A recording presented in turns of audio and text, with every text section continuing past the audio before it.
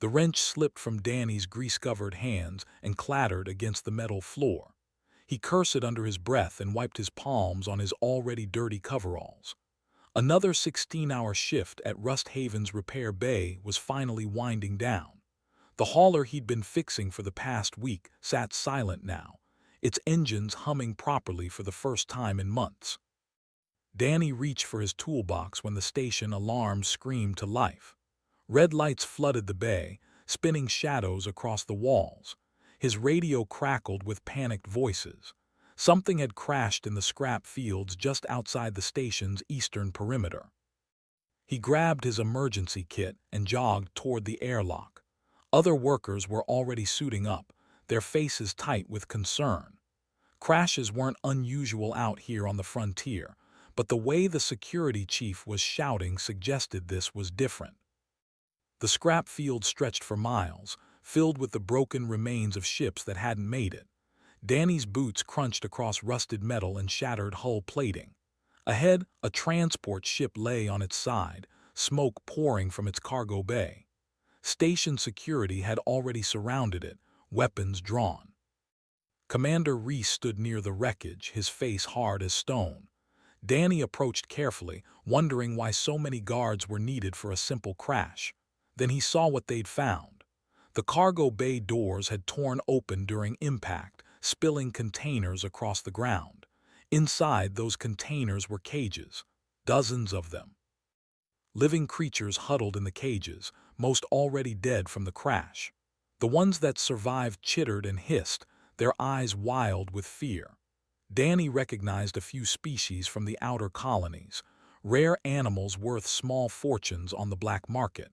But one cage drew his attention. In the corner, barely visible in the smoke, something small and broken lay curled against the bars. It had crystalline scales that shifted colors even in the dim light, catching red, then blue, then purple. 4 wings, not 2, hung limp against its sides.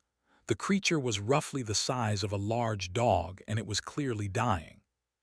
"What is that?" Danny asked the guard nearest him. The guard shrugged. "No idea, never seen anything like it. Commander wants it put down before it causes problems." Danny moved closer to the cage. The creature's chest rose and fell in shallow, rapid breaths. Its eyes opened briefly, meeting his. They were intelligent eyes filled with pain and something else. Desperation, maybe, or hope. "We can't just kill it," Danny said. "It's suffering." Commander Reese walked over, his expression unchanged. "Dr. Nira has already examined it. Unknown species, possibly diseased. Quarantine protocols require immediate termination of unknown biologicals." "Give me 1 night," Danny heard himself say. "Let me see if I can stabilize it." Reese raised an eyebrow. "You're a mechanic, Reeves, not a veterinarian." "I know, but look at it." Danny pointed at the creature's scales. They were pulsing now faintly in a rhythm that seemed familiar. "Those patterns, I've seen something like that before." He had too. 3 years ago, working on a fusion regulator that had developed a cascade failure. The energy patterns had looked just like this, cycling through colors as the system tried to balance itself. The creature wasn't sick. It was starving. 12 hours, Reese said finally. "Then it goes into the incinerator. We can't risk contamination." Danny carried the cage to his workshop, moving as gently as possible. The creature barely responded, its breathing growing weaker. He set the cage on his workbench and stared at it, trying to think. If this was an energy problem, he needed to create a stable field. His workshop was filled with spare parts, broken equipment, and half-finished projects. Danny rummaged through bins until he found what he needed. A modified energy field generator, parts from an old medical scanner, and some calibration equipment he'd salvaged from a derelict station last month. He worked through the night, his hands moving on instinct. The device he built looked rough, held together with wire and hope, but it should work, in theory. He activated it and adjusted the frequency, watching the creature carefully. At first, nothing happened. Then the crystalline scales began to glow brighter. The creature's breathing slowed, deepened, became more regular. Its eyes opened again, clearer now, fixing on Danny with unmistakable awareness. "Easy there," Danny whispered, "just trying to help." Over the next 6 hours, the creature grew stronger. It pulled itself upright in the cage, 4 wings stretching experimentally. The scales had settled into a steady blue color, no longer cycling frantically. Danny could see markings now, patterns etched into the scales near the creature's neck. They looked artificial, deliberate. He pulled up his datapad and ran an image search. The markings matched a database entry he'd never expected to see. According to the records, this was supposed to be extinct. A species called etherwings, lost over 3,000 years ago. But the entry had been flagged by someone recently. BioSyn Collective, a massive corporation known for genetic research. Danny's stomach tightened. If BioSyn was involved, this creature wasn't just rare. It was valuable, worth killing for. His workshop door chimed. Dr. Nira stepped inside, her six-limbed form moving gracefully across the cluttered space. She was one of the few station personnel Danny trusted, a veterinarian who actually cared about the animals she treated. "I heard you saved it," she said, approaching the cage. Her large eyes widened when she saw the creature alert and moving. "Remarkable. How did you know what to do?" "Lucky guess," Danny admitted, "but we have a problem." He showed her the database entry. Nira's skin changed color, a sign of distress in her species. "BioSyn will come for it. They always do." As if summoned by her words, the station's long-range sensors began pinging. A ship had just entered the system, broadcasting a corporate identification code. BioSyn Collective. They were still 2 days out, but they were coming. Danny looked at the creature in the cage. It looked back at him, and in that moment he made a choice that would change everything. "Then we have 2 days to figure out what to do," he said. Danny moved the creature to his living quarters after midnight when the station corridors were empty.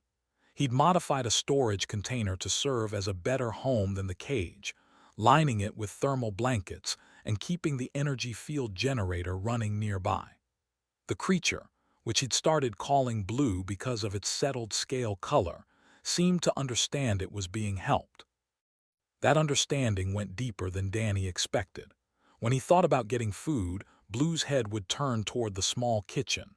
When he worried about the approaching BioSyn ship, Blue would press against his hand, and somehow the anxiety would lessen. It took Danny 3 days to realize what was happening. Blue was telepathic or something close to it. Not words exactly, but emotions and simple images. The first clear image came while Danny was eating breakfast. Blue's eyes fixed on him, and suddenly Danny saw through different eyes. A laboratory, cold metal tables, creatures in tanks floating in green liquid. Pain, lots of pain. Then escape, running through corridors, alarms blaring, and finally darkness. Danny pulled back, breathing hard. "They made you, didn't they? BioSyn created you in a lab." Blue's response was a feeling of confirmation mixed with sorrow. Another image followed. More of Blue's kind, all dead now, their bodies dissected on tables. Blue had been the only one to escape during some kind of raid on the facility. "I'm sorry," Danny said quietly. "Nobody should go through that." Over the next week, their bond deepened. Danny brought Blue to the repair bay during off hours, and that's when he discovered Blue's real gift. The creature could sense energy patterns in machines the way Danny could see physical damage. Blue would walk near a broken engine and Danny would feel impressions. "This part wrong. Energy flowing bad direction. Fix here." Together, they repaired equipment faster than Danny had ever managed alone. A thruster system that should have taken 2 days was fixed in 6 hours. A navigation computer that had stumped him for weeks suddenly made sense when Blue showed him the energy misalignment. Other mechanics started noticing. Danny's efficiency ratings jumped 30%. His supervisor pulled him aside, suspicious but pleased. "Whatever you're doing, Reeves, keep it up. We might actually finish this quarter's repair queue on time." Dr. Neera visited regularly, bringing medical supplies and covering Danny's tracks with the station authorities. She'd become a true ally, risking her own position to help. During one visit, she brought disturbing news. "The Biosyn ship arrived this morning," she said. "They've docked at the main port. The corporate representatives are meeting with Commander Reese right now." Danny felt his heart sink. "What are they saying?" "They claim Blue is stolen property from their genetic research program. They have documentation, patents, ownership certificates. Legally, they have a strong case." Neera's skin rippled with distress. "But I accessed their files. Danny, they don't want Blue for research. They want to weaponize it." She showed him the data on her tablet. Blue's sensitivity to energy fields could be turned into something terrible. With the right conditioning and modifications, Blue could shut down entire fleets of ships by disrupting their power systems. One small creature could disable a battle group. That's why they made the four wings and the crystal structure, Danny realized, to amplify the ability. Blue pressed against his leg, radiating fear. The creature understood enough to know what was at stake. That night Danny couldn't sleep. He sat in his quarters running scenarios through his head. None of them ended well. Biosyn had the law on their side. Commander Reese wouldn't risk station security over one creature, no matter how unique. By morning, agents would come to take Blue away. Around 3 a.m., Blue nudged his hand and shared another image. This one was different. It showed the station's maintenance tunnels, a route through cargo bays, and finally the outer docking ring. A ship waited there, small and fast. "You want to run?" Danny asked. The feeling that came back was clear. Together, run together. Danny thought about his life at Rust Haven. It wasn't much. He'd come here 5 years ago after losing everything in a colony collapse. His family had died when the terraforming systems failed. He'd buried himself in work, fixing machines because he couldn't fix what really mattered. But Blue had changed something. For the first time since the collapse, Danny felt like he had a purpose beyond just surviving. "Okay," he said, "we run." He spent the remaining hours before dawn gathering supplies. He couldn't take much without raising suspicion. A backpack with tools, some food, credits, and the portable energy field generator he'd built for Blue. Everything else would have to stay behind. At 5 a.m. his comm unit chimed. Ruth Cross, an old friend who piloted a courier ship, sent a coded message. "Heard you might need a ride, docking bay 12, ship's fueled and ready. You have until shift change." Danny had never mentioned his situation to Ruth, but somehow she'd figured it out. Maybe Dr. Neera had reached out. Maybe Ruth had her own reasons to hate Biosyn. Either way, it was their only chance. He secured Blue in a modified equipment case with air holes and the energy generator inside. To anyone scanning it, the case would look like standard repair equipment. They moved through the station's maintenance corridors, using Blue's energy sense to avoid security patrols. Everything went smoothly until they reached the cargo bay. 2 Biosyn agents stood near the entrance to docking bay 12, checking everyone who passed. They wore corporate security uniforms and carried weapons that hummed with charge. Danny's mind raced. He couldn't turn back now. Ruth's ship was 50 meters away, so close. Blue sent him a calming feeling along with an idea: "Trust me." Danny walked forward with the equipment case, trying to look bored and tired. Just another mechanic hauling tools at shift change. "Stop," one agent said. "Open the case." Danny's hands were steady as he entered the code.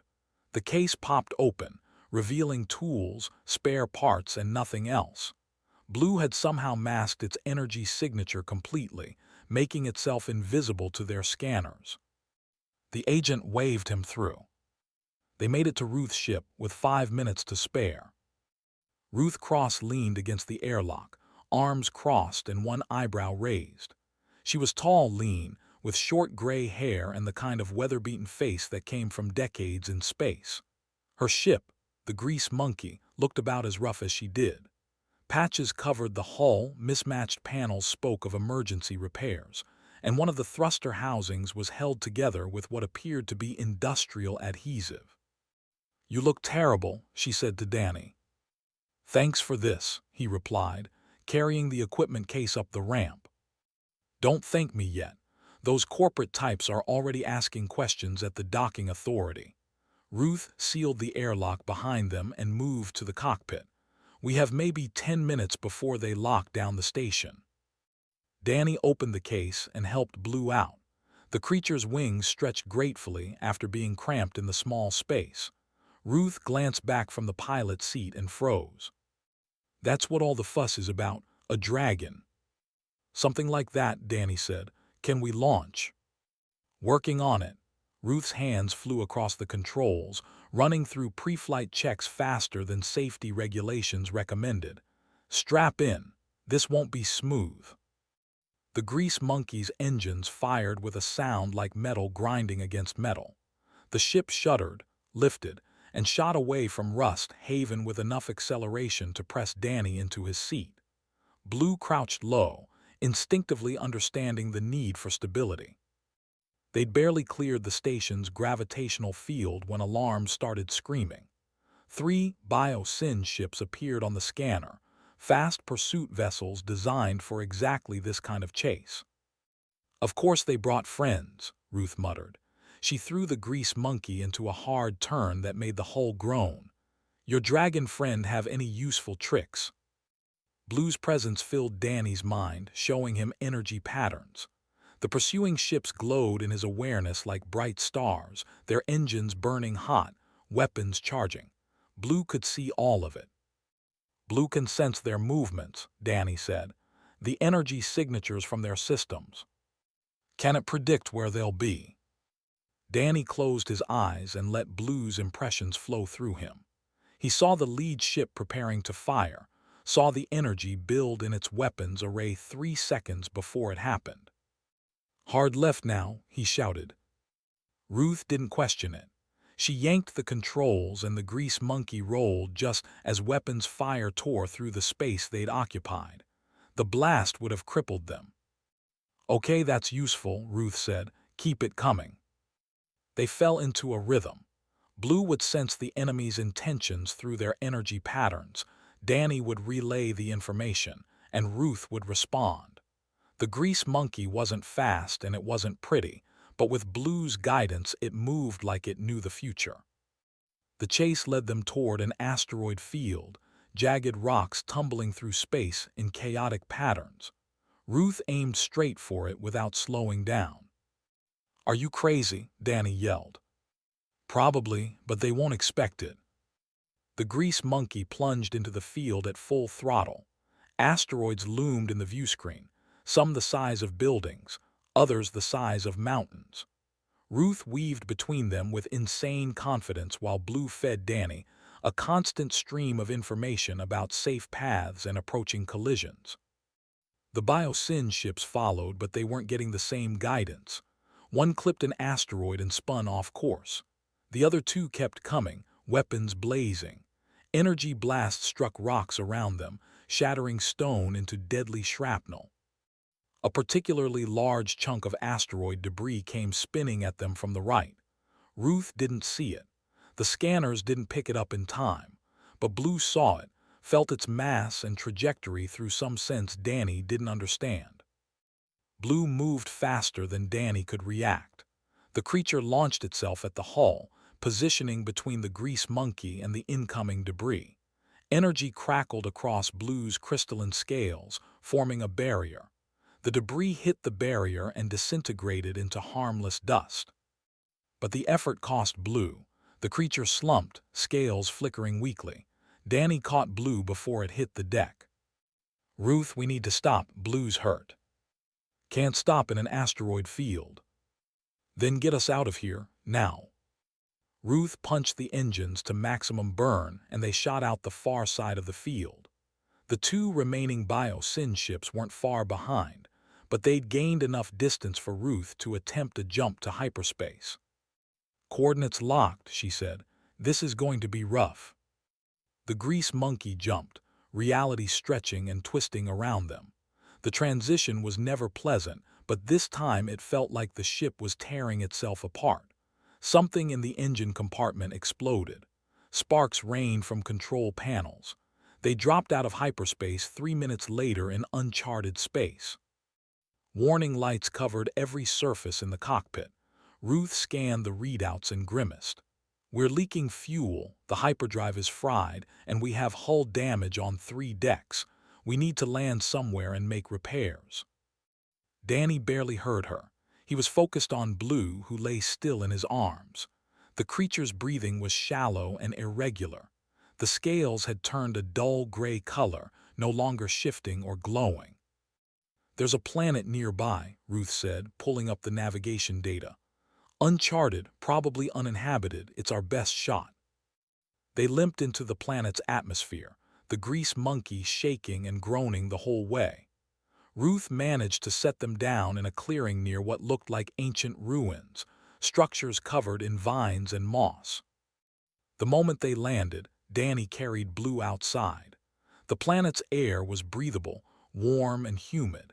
He laid Blue on the soft grass and pulled out the medical supplies Dr. Nira had given him. His hands shook as he tried to remember the instructions. Blue's eyes opened briefly, meeting his.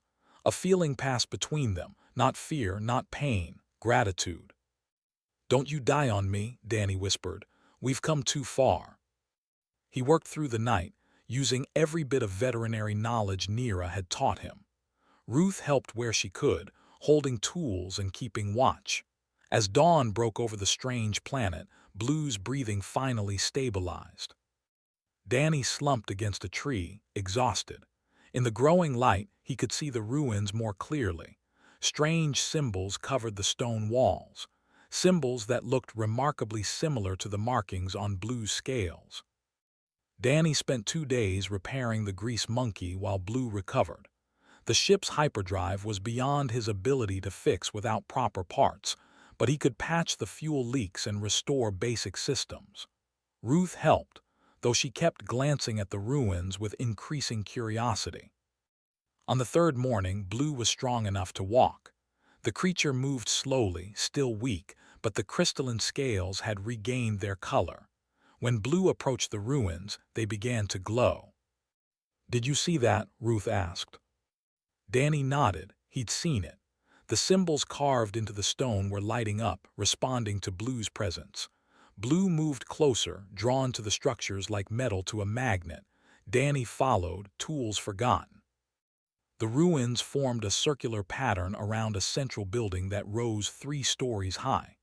Vines covered most of it, but underneath Danny could see sophisticated architecture. This wasn't primitive.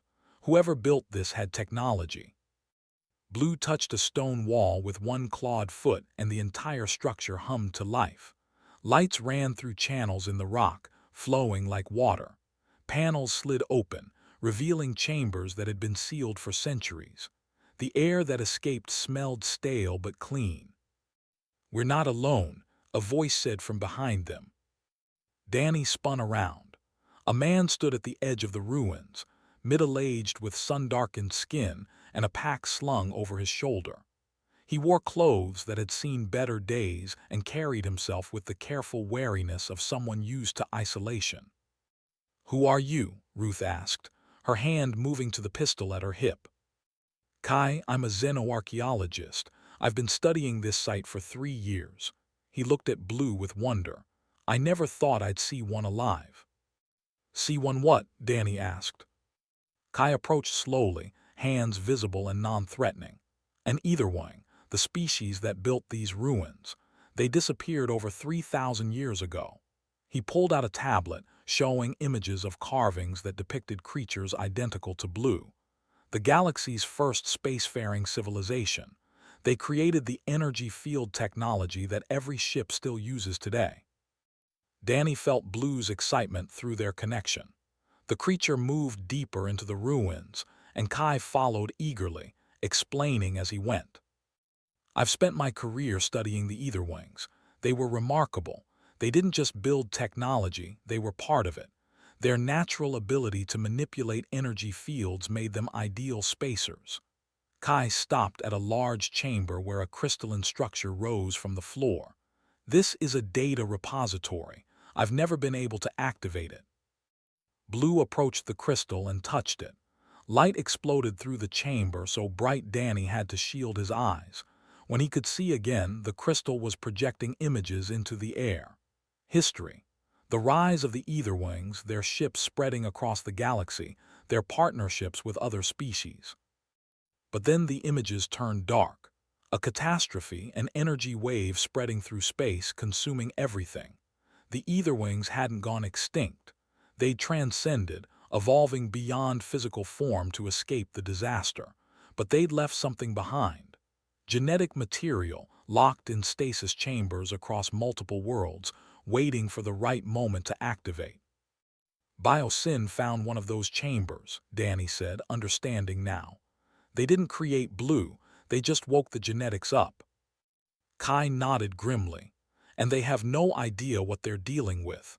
The Etherwing genetics weren't meant to be weaponized. They were meant to be guardians. Blue showed Danny another image through their bond. It was happening now, in real time.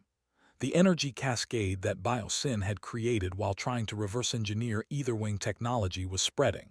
Multiple star systems were in danger. Ships were losing power. Stations were going dark. If it wasn't stopped, the cascade would trigger the same kind of disaster that had forced the original Etherwings to abandon physical form. "How long do we have?" Ruth asked, seeing Danny's expression. "Days, maybe a week." Kai pulled up galactic news feeds on his tablet. Reports were flooding in from multiple sectors. Ships stranded, communications failing. Biosyn was blaming equipment failures and even terrorist attacks, but Kai had seen this pattern before in the ancient records. "Blue can stop it," Danny said. It wasn't a question. He could feel the certainty through their bond. "Probably," Kai agreed. But to do that, Blue would need to reach the source. Biosyn's main research facility in the Telos sector. Ruth laughed, but there was no humor in it. "That's impossible. Telos is the most heavily defended corporate sector in the galaxy. We'd never get close." "We have to try," Danny said. "With what? A barely functional ship and a creature that can barely fly." Ruth shook her head.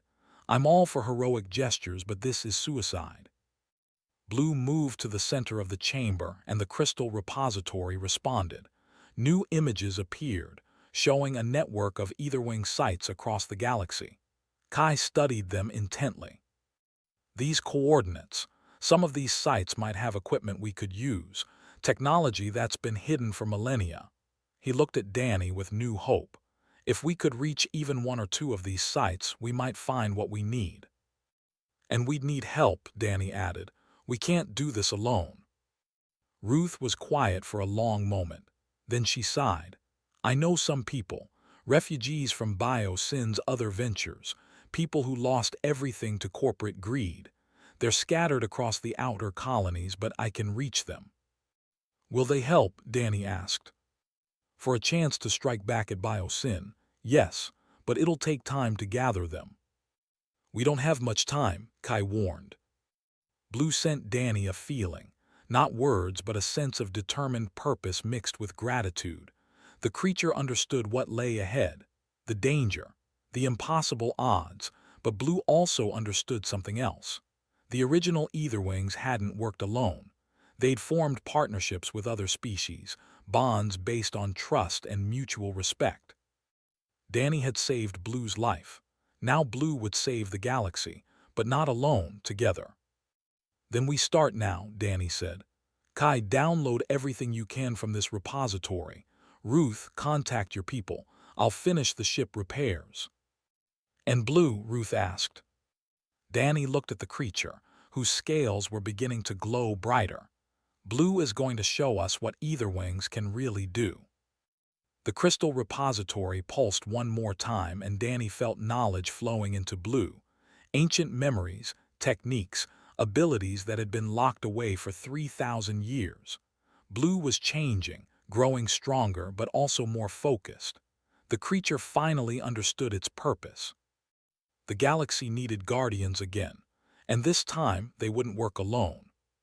Freeport hung in space like a collection of junk welded together by desperate hands. Ships of every size and condition were docked to its outer ring, some clearly stolen, others barely functional. This was where people came when they had nowhere else to go. Refugees, criminals, dreamers, and survivors all mixed together in a station that existed because the major powers couldn't be bothered to destroy it. The grease monkey limped into dock 3 weeks after leaving the ruins. Danny had managed to get the hyperdrive working again, though it made concerning noises during jumps. Kai had spent the journey cataloging everything from the Etherwing data repository, while Blue had grown stronger each day, the ancient knowledge settling into place. Ruth's contacts were waiting in a rundown bar called the Rusty Bolt. Danny walked in with Blue at his side, drawing stares from everyone present. Most had never seen an Etherwing, but they recognized something rare when they saw it. A woman stood as they approached. She was compact and sharp-featured, with cybernetic implants visible along her jaw and neck. Ruth said you needed engineers. I'm Yuki. I used to work for BioSyn until I saw what they were really doing. What made you leave? Danny asked. They were experimenting on sentient beings, told us they were medical advances. Took me 2 years to realize we were building weapons. Her eyes hardened. When I tried to report it, they tried to kill me. I barely escaped. A massive reptilian alien approached next. His scales were scarred and his right arm was cybernetic. I'm Graves. BioSyn strip-mined my homeworld, killed half my people for rare minerals. He looked at Blue with curiosity. Ruth says this one can stop them. With help, Danny said. The last to approach were 2 humans, identical twins in their early 20s. They moved in sync, finishing each other's sentences. We're the Larson twins, the first said. Lisa and Lauren, the second added. BioSyn's security killed our parents, Lisa continued. Covered it up as an accident, Lauren finished. Over the next hour, more people arrived. Each had their own story of loss connected to BioSyn. Each had their own reason to fight. By the time Ruth called the meeting to order, they had 37 people crammed into the bar.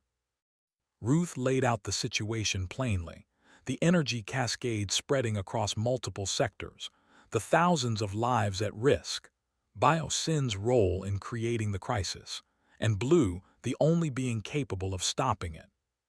The source is at BioSyn's headquarters in the Telos sector, Ruth said. It's a fortress, military-grade shields, automated defense platforms, and a fleet of security ships. Getting in is nearly impossible. Getting in and surviving is completely impossible. Unless we don't try to fight our way in, Yuki said. She pulled up schematics on a portable projector. I helped design some of their security systems. There are weaknesses. Service tunnels, maintenance access points. They're not well guarded because nobody expects an attack from inside. How do we get inside in the first place? Graves asked. The Larson twins grinned in unison. Leave that to us, Lisa said. We can hack their shuttle manifest, Lauren added. Make it look like routine maintenance crew. Danny listened as the plan took shape. It was risky, probably suicidal, but it was better than nothing. Blue pressed against his leg, radiating calm confidence. The creature trusted these people, trusted this plan. There's one problem, Kai said quietly. Even if we reach the cascade generator, shutting it down will require Blue to interface directly with it. The energy backlash could be fatal. The room went silent. Everyone looked at Blue, who met their gazes without fear. Blue knows, Danny said, and Blue is willing to do it anyway. A grizzled human pilot named Ortiz spoke up. Then we make sure it doesn't come to that. We get Blue in and out safely. That's the mission. Over the next 3 days, they planned and prepared. Yuki's technical knowledge combined with the Larson twins' hacking skills to create a detailed infiltration strategy. Graves organized the distraction force, gathering ships and weapons from free ports less than legal markets. Kai worked with Blue, helping the creature master the ancient Etherwing abilities that were still emerging. Danny found himself leading planning sessions, making decisions he'd never imagined making. He was a mechanic, not a commander, but the others looked to him because of his connection with Blue. Where Blue went, Danny would follow, and where Danny led, they would follow. One night, Ruth found him alone on the Grease Monkey, staring at the stars through the viewport. Having second thoughts, she asked. About 100 of them. Danny turned to face her. These people are risking everything because of what I started. What if I'm wrong? What if we fail and people die? People are already dying. The cascade is spreading faster than anyone predicted. 3 more systems evacuated yesterday. Ruth sat beside him. You didn't start this. Biosyn did. You're just trying to fix it. I'm a mechanic, Danny said. I fix machines, not this. You fixed Blue. You fixed something everyone else had given up on. Ruth smiled slightly. Maybe that's what makes you right for this. You see broken things and you can't help but try to make them whole. Danny thought about that.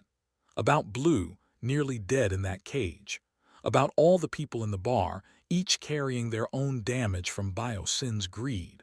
About a galaxy tearing itself apart because nobody had bothered to fix the small problems before they became big ones. We leave in the morning, Ruth said.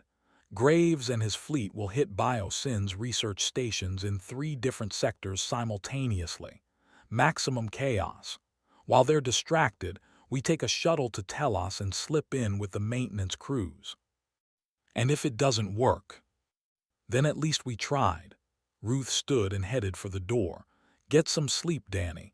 Tomorrow we either save the galaxy or go out trying.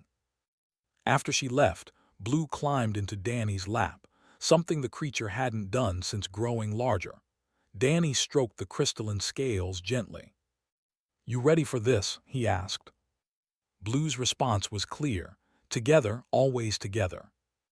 Danny closed his eyes and tried to rest, but sleep wouldn't come.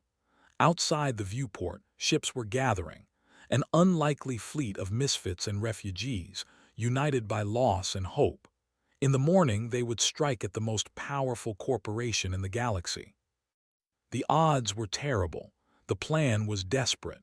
But for the first time since the colony collapse that had taken his family, Danny felt like he was part of something bigger than himself, something worth fighting for. The maintenance shuttle drifted toward Biosyn headquarters with practiced casualness. Inside, Danny sat squeezed between Yuki and Kai, all 3 wearing stolen work uniforms.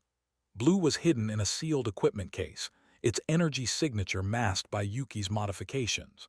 The Larson twins had done their job perfectly. According to Biosyn's systems, they were Crew 739, scheduled for routine filter replacements in the lower engineering decks. The headquarters was massive, a gleaming structure that floated in high orbit above Terra Nova.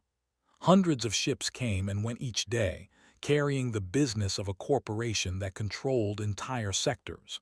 Security was tight, but it was designed to stop military threats, not maintenance workers. They docked without incident. A board security officer scanned their credentials and waved them through. Danny kept his breathing steady as they moved deeper into the facility. Every step took them closer to the Cascade generator, located in the research wing 5 levels down. The facility's interior was all clean white surfaces and corporate efficiency. Workers moved past them without a second glance. Why would they? Just another maintenance crew doing another routine job. Yuki led them through service corridors, following the path she'd memorized from the schematics. They'd made it 3 levels down when alarms started blaring. Not for them. The distraction had begun. Graves and his fleet had hit Biosyn installations in 3 sectors simultaneously, overwhelming security forces. We've got maybe 20 minutes before they lock down everything, Yuki said. Move. They ran now, abandoning all pretense. The Larson twins were broadcasting false security footage to cover their approach, but it wouldn't hold forever. They reached the research wing and Yuki bypassed the lock with practiced ease.